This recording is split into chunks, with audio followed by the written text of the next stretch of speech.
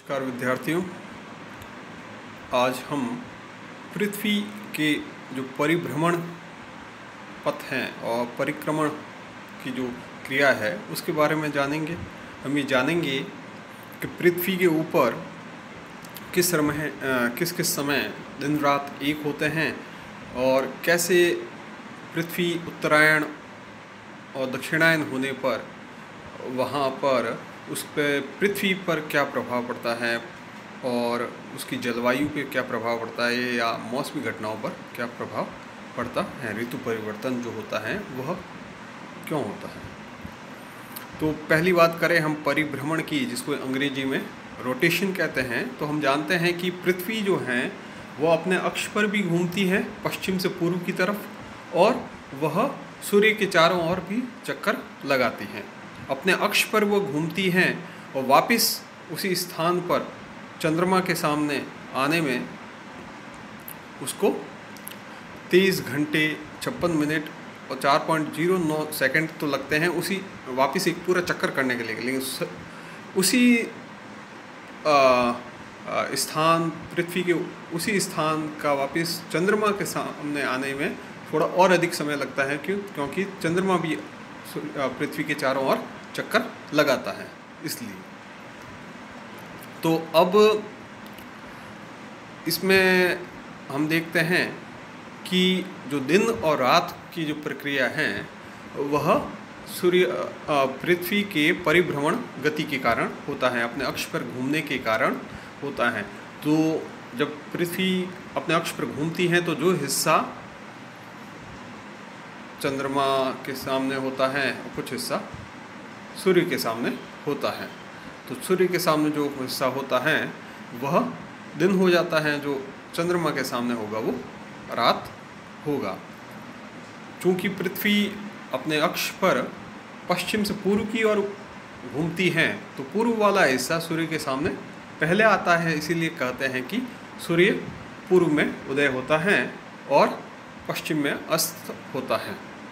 हम भी देखें तो भारत की बात करें तो भारत में भी सबसे पहले जो पूर्वांचल वाला हिस्सा है वह सबसे पहले सूर्य के सामने आता है, और अरुणाचल प्रदेश जो हमारा सबसे पूर्वोत्तर राज्य कहें तो वहाँ पर सूर्य का प्रकाश सबसे पहले पहुँचता है, और इसीलिए अरुण से का अर्थ सूर्य है। उस अरुण से अरुणाचल का नाम हम समझ सकते हैं। तो भारत के अंदर पूर्व और पश्चिमी जो सीमाएं हैं उनमें काफ़ी ज़्यादा अंतर है, 30 डिग्री के करीब का अंतर है, और जो कि 2 घंटे का अंतराल निर्धारित होता है। अब हम बात करें कि परिक्रमण जो क्रिया है, रेवोल्यूशन, मतलब पृथ्वी अपने अक्ष पर घूमती है उसको रोटेशन कहते हैं, और पृथ्वी जो सूर्य के चारों ओर घूमती हैं उसको रेवोल्यूशन कहते हैं। ये रेवोल्यूशन की जो क्रिया है वह 365 दिन 5 घंटे 48 मिनट और 46 सेकंड में पूर्ण होती है। तो ये जो 365 से ज़्यादा का जो समय है वह 4 सालों में ऐड होकर एक लीप ईयर का निर्माण करता है, इसीलिए हर 4 साल में एक दिन बढ़ जाता है। इस जो रेवोल्यूशन की प्रक्रिया है उसके कारण ही पृथ्वी के ऊपर ऋतु परिवर्तन की घटनाएं होती हैं, और केवल रेवोल्यूशन के कारण नहीं बल्कि पृथ्वी अपने अक्ष पर 22.5 डिग्री झुकी हुई है, इसके कारण भी उत्तरी गोलार्ध का और दक्षिणी गोलार्ध का पूरा हिस्सा कभी भी सूर्य के सामने नहीं रहता है, और इसीलिए सब जगह ये ऋतु परिवर्तन की घटनाएं होती हैं। और सूर्य का जो सीधा प्रकाश है उसका जो फैलाव है वो इस परिक्रमण क्रिया के साथ साथ में बदलता रहता है। तो हम बात करें तो जैसे हम देखें तो 4 विशिष्ट तिथियां हैं, दिन हैं, जिस दिन पृथ्वी के ऊपर अलग अलग तरीके की जो कि विशेष महत्व रखती हैं, जिस समय सूर्य के प्रकाश जो हैं वह कभी भूमध्य रेखा पर लंबवत होता है और धीरे धीरे वह बाद में उत्तरी गोलार्ध की ओर फैलता है और फिर वापस वह भूमध्य रेखा पर लंबवत होकर फिर ये दक्षिणी गोलार्ध की ओर फैलता है। तो हम इन तिथियों की बात करें तो 21 मार्च, 21 जून, 22 या 23 सितंबर और 22 दिसंबर, ये जो 4 तिथियां हैं उसमें 21 मार्च जो हैं वह दिन है जिस दिन सूर्य भूमध्य रेखा पर लंबवत चमकता है। उस दिन के बाद में धीरे धीरे पृथ्वी का जो उत्तरी गोलार्ध वाला हिस्सा है वह सूर्य के सामने झुकना प्रारंभ होता है और इसे हम कहते हैं कि सूर्य जो है वो उत्तरायण की तरफ प्रवेश कर गया है। और उसके बाद में धीरे धीरे सूर्य की जो लंबवत जो किरणें हैं वह लंबवत गिरने लगती हैं उत्तर की ओर। और जो 21 मार्च है, चूँकि उस दिन पृथ्वी का जो मध्य या भूमध्य रेखा है उस पर सूर्य की सीधी लंबवत किरणें गिरती हैं, तो उस दिन और रात जो हैं वह समान होते हैं पूरे पृथ्वी पर और इसीलिए इसको विषुव भी कहा जाता है और इसीलिए इस भूमध्य रेखा को विषुवत रेखा भी कहते हैं। और 21 मार्च को बसंत विषुव कहते हैं या स्प्रिंग इक्विनॉक्स कहते हैं अंग्रेजी में। फिर यहाँ से कहते हैं कि ऋतु की बसंत ऋतु प्रारंभ होती है। हम और उसके बाद में 21 जून की बात करें, 21 जून को धीरे धीरे सूर्य उत्तर की ओर खिसकता हुआ 21 जून को सूर्य की सीधी किरणें या लंबवत किरणें जो हैं वह कर्क रेखा पर गिरती हैं।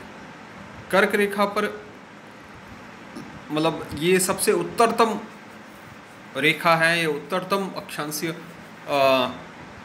भाग हैं जहाँ पर सूर्य की किरणें गिरती हैं लंबवत। उसके बाद में इस दिन जो है सबसे लंबा दिन होगा उत्तरी गोलार्ध में और दक्षिणी गोलार्ध में सबसे छोटा दिन होगा। और इस स्थिति को ग्रीष्म अयनांत भी कहते हैं या इसको समर सॉल्स्टिस अंग्रेजी में कहा जाता है। उत्तरी गोलार्ध में ग्रीष्म ऋतु तथा दक्षिणी गोलार्ध में उस समय शीत ऋतु होगी। उत्तरी गोलार्ध का सबसे बड़ा दिन होगा और सबसे छोटी रात होगी। वही उसके विपरीत दक्षिणी गोलार्ध का सबसे छोटा दिन होगा। 21 जून को सूर्य की किरणें दक्षिणी गोलार्ध में 66.5 डिग्री साउथ तक ही पहुंचती हैं। अब इसका अर्थ है कि जो दक्षिणी गोलार्ध में दक्षिणी ध्रुवीय हिस्सा है वहाँ पर सूर्य की किरणें नहीं पहुँच पाती हैं। फिर धीरे धीरे वापस सूर्य की जो लंबवत किरणें हैं, सौर्य किरणें हैं, वह धीरे धीरे वापस भूमध्य रेखा की तरफ अग्रसर होते हैं और 23 सितंबर को सूर्य की जो रेखा है वापस भूमध्य रेखा पर लंबवत चमकती हैं, गिरती हैं, सीधी गिरती हैं। और इस दिन भी वापस पूरे पृथ्वी पर दिन और रात समान होते हैं और इस समय से शरद ऋतु जो है का प्रारंभ होता है। दोनों ध्रुवों पर एक साथ दिन उगता है।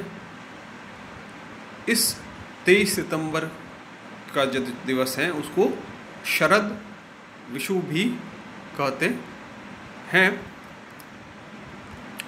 इसके बाद में धीरे धीरे जो पृथ्वी का दक्षिणी गोलार्ध का हिस्सा है वह सूर्य के सामने उभर कर आता है और सूर्य की जो सीधी किरणें हैं वह दक्षिणी गोलार्ध की ओर मकर रेखा की ओर अग्रसर होती है। उसको कहते हैं कि सूर्य दक्षिणायन की तरफ प्रवेश कर गया है। तो 22 दिसंबर के दिन, इस दिन सूर्य की सीधी किरणें जो हैं मकर रेखा पर गिरती हैं। दक्षिणी गोलार्ध में ग्रीष्म ऋतु होती है क्योंकि सूर्य अभी दक्षिणायन में है और उत्तरी गोलार्ध में शीत ऋतु होती है। 22 दिसंबर को शीत जयनांत या मकर जयनांत कहते हैं या विंटर सोल्स्टिस कहते हैं, और 23 सितंबर को जो है उसको हम ऑटम इक्विनॉक्स कहते हैं। दक्षिणी गोलार्ध का सबसे बड़ा दिन है 22 दिसंबर और उत्तरी गोलार्ध का सबसे छोटा दिन है 22 दिसंबर। अब हम देखें 21 मार्च से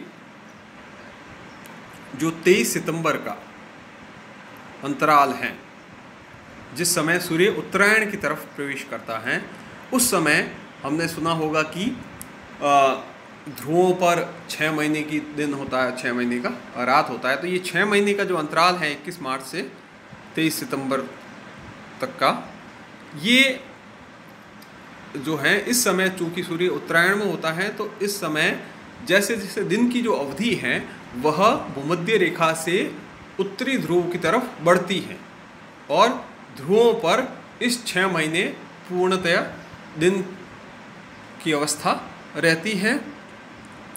इसीलिए इसको उत्तरी ध्रुव में 6 महीने का दिन के रूप में जाना जाता है। इसके विपरीत इसी समय में 6 महीने का रात होती है दक्षिणी गोलार्ध पे या दक्षिणी ध्रुव पर। फिर 23 सितंबर से हम 21 मार्च की अवधि को देखें तो इस समय सूर्य दक्षिणायन में होता है और इस अवधि को कहा जाता है कि इस समय दक्षिणी ध्रुव पर 6 महीने का दिन होता है और उत्तरी ध्रुव पर 6 महीने की रात होती है।